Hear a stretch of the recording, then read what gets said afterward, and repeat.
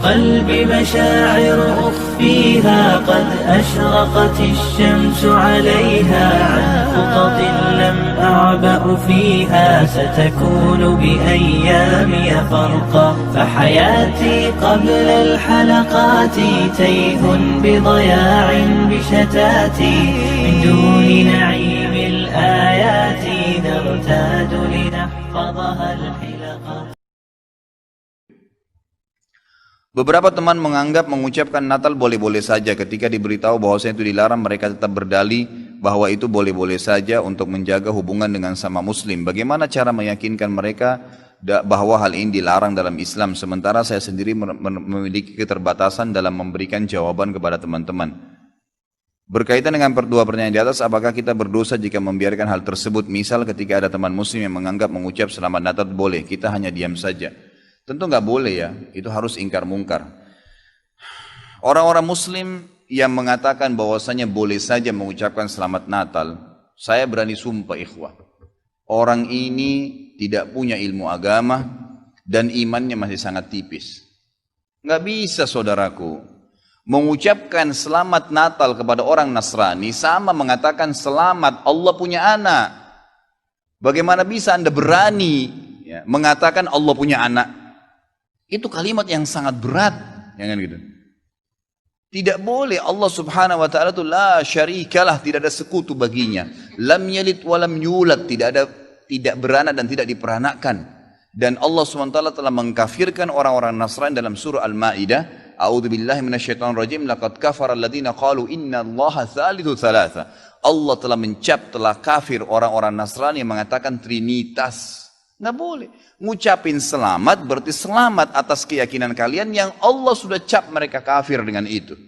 Bagaimana bisa dikatakan untuk menjaga hubungan dengan mereka?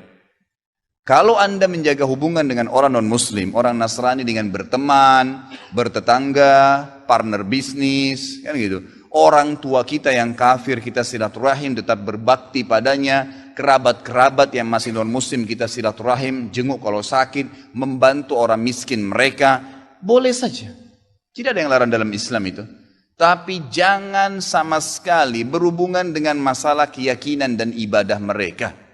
Nggak boleh memang dalam masalah ibadah. Allah mengatakan, ini tadi subhanallah saya pikir antum sudah tahu nih. Ya, makanya saya ulangin lagi sebab turunnya surah Al-Kafirun. Al-Mughirah telah datang kepada Nabi SAW mengatakan, wahai Muhammad, Mekah kita bagi dua saja. Sehari buat kamu, sehari buat kami. Kata Nabi SAW, saya belum faham, coba jelaskan lagi. Kata dia, sehari Muhammad, kau dukung ibadah kami. Kau ucapkan selamat buat kami. Kau ikutin ajaran-ajaran agama kami. Sehari lagi besok kami ikutin agamamu, kami ucapkan selamat untukmu, kami dukung ibadahmu. Apa jawaban Nabi SAW? Sehari-sehari. Biar adil. Kata Nabi SAW, tidak boleh. Kata dia, wahai Muhammad, sehari buat kami. Dukung kami, ucapkan selamat buat kami, ikutin ritual kami. Seminggu buat kamu. Kata Nabi SAW, tidak boleh. Muhammad, sehari buat kami, sebulan buat kamu. Tidak boleh. Sehari Muhammad buat kami, setahun buat kamu. Tidak boleh, kata Nabi SAW. Terakhir, hai Muhammad, sehari buat kami, seumur hidup buat kamu.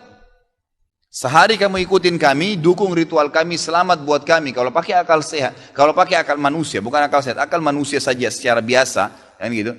Kita pikir, oh lebih baik sehari kita ikutin orang kafir, dukung saja, ucapin selamat sama dia, selesai. Seumur hidup akan masuk Islam. Apa jawaban Nabi SAW? Tidak boleh. Ini. Lalu Jibril AS datang pada saat itu langsung membawa surah Al-Kafirun. A'udzubillahi minasyaitonirrajim. Qul ya ayyuhal kafirun. Katakan kepada orang-orang kafir. Orang kafir ini semua yang tidak syahadat. Yang tidak mengatakan asyhadu an la ilaha illallah wa anna Muhammad Rasulullah kafir. Jelas kafir. Dan itu Allah yang mencap mereka kafir. Gitu kan? Kafir artinya tidak beriman kepada Allah Subhanahu wa ta'ala. Orang Nasrani aja mengkafirkan Yahudi kok.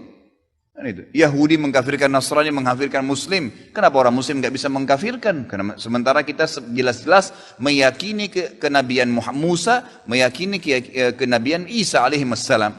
Gitu kan? Mereka yang memungkiri Nabi Muhammad SAW, Nabi terakhir, berarti tidak beriman sempurna kepada Allah Subhanahu Wa Taala. Dan sudah banyak ayat Quran menjelaskan masalah itu. Gitu kan? Kata Allah Subhanahu Wa Taala, ya, qul ya ayyuhal kafirun la a'budu ma ta'budun. Semua Yahudi, Nasrani, Majusi, penyembah api, penyembah gunung, penyembah pohon, penyembah apa saja, semua selain yang tidak syahadat ini, saya tidak ikut-ikutan acara ritual kalian, tidak akan ucapin selamat buat kalian, tidak akan pakai atribut-atribut kalian, dan kalian juga tidak usah repot-repot ikutin agama saya, nggak usah. Kita nggak butuh Nasrani. Saya tanya, pada saat sholat Idul Fitri, ada orang Nasrani ikut-ikutan? Idul Adha, gitu kan? Mereka berurus dengan agamanya sendiri. Kenapa orang Muslim pusing dengan acara ritualnya orang lain? Diulangi lagi. Ya, setelah dikatakan kalian tidak usah ikut-ikutan, saya tidak usah ikut-ikutan juga, diulangi lagi. Wala antum ma'budun ma'bud, wala na'abidum ma'abadtum, wala antum ma'budun. 2 kali diulangi. Dan saya tidak akan ikut-ikutan, kalian juga tidak usah ikut-ikutan. Terus begitu. Terakhir dikatakan oleh Allah, lakum dinukum waliyadin. Kalian punya agama, saya juga punya agama. Titik, selesai. Gitu kan? Emang sudah begitu. Kalau Anda bilang, oh itu cuma kata-kata, nggak masalah. Kata-kata bisa membuat Anda murtad, saudaraku, bisa masuk neraka. Gitu kan? Sadarkah Anda dengan satu kalimat, Anda kalau mengatakan satu kalimat sekarang, semenit kemudian kalau Anda yakin dalam hati bisa masuk neraka kalau meninggal? Kalau Anda mengatakan saya murtad, memang dari hati mau keluar dari Islam, semenit kemudian dicabut ruhnya oleh malaikat maut, masuk neraka. Kalimat, kata-kata. Bahaya tuh, gitu kan? Mungkin teman-teman juga sudah tahu yang dialog antara Muslim sama Nasrani di Amerika. Si Nasrani mengatakan, kenapa kau tidak ucapkan kalimat Natal, selamat Natal buat saya? Kata si Muslim, ya kata si Nasrani, itu kan cuma kata-kata. Kata si Muslim, kenapa, apa kau sudah syahadat? Si Nasrani bilang, enggak. Kenapa kau enggak syahadat? Dia bilang, kalau saya syahadat, saya tinggalin agama saya. Kata si Muslim, itu kan juga cuma kata-kata. Sama, gitu kan? Jadi enggak boleh. Tapi hal-hal yang ditoleransikan dalam agama silahkan. Tadi saya bilang berteman, bertetangga, silahkan. Tapi jangan dukung masalah ibadahnya. Enggak boleh. Sampai pernah ditanya kepada Syekh Bimbas, apa hukumnya orang-orang, mohon maaf ini teman-teman kita, semoga Allah berikan hidayah yang belum tahu, yang menjadi security menjaga gereja misalnya, atau orang-orang yang menjadi tukang parkirnya karena lagi banyak mobil, halalkah pendapatannya? Bolehkah itu? Fatwa ulama tidak boleh. Karena ada hadis Nabi SAW yang berbunyi, kalau ahli kitab, khusus Yahudi dan Nasrani terutama, kalau mereka sedang beribadah di tempat ibadah mereka, jauhilah. Karena laknat Allah sedang turun. Hadis Nabi SAW. Kenapa nggak bisa cari rezeki di tempat lain? Subhanallah. Rezeki itu sudah dibagi oleh Allah SWT. Hati-hati saudaraku, gitu kan? Jadi orang yang mengatakan seperti ini karena tidak paham agama. Bagaimana bisa dia mengatakan Tuhan punya anak? Gitu kan? Jadi tidak boleh sama sekali ikhwah. Yang nggak boleh. Jadi kita harus tahu mana yang boleh dan mana yang tidak boleh. Dan Anda wajib ingkar mungkar. Ingatkan apa yang saya sampaikan tadi. Kalau juga dia tidak mau dengar, selesai, gugur kewajiban Anda.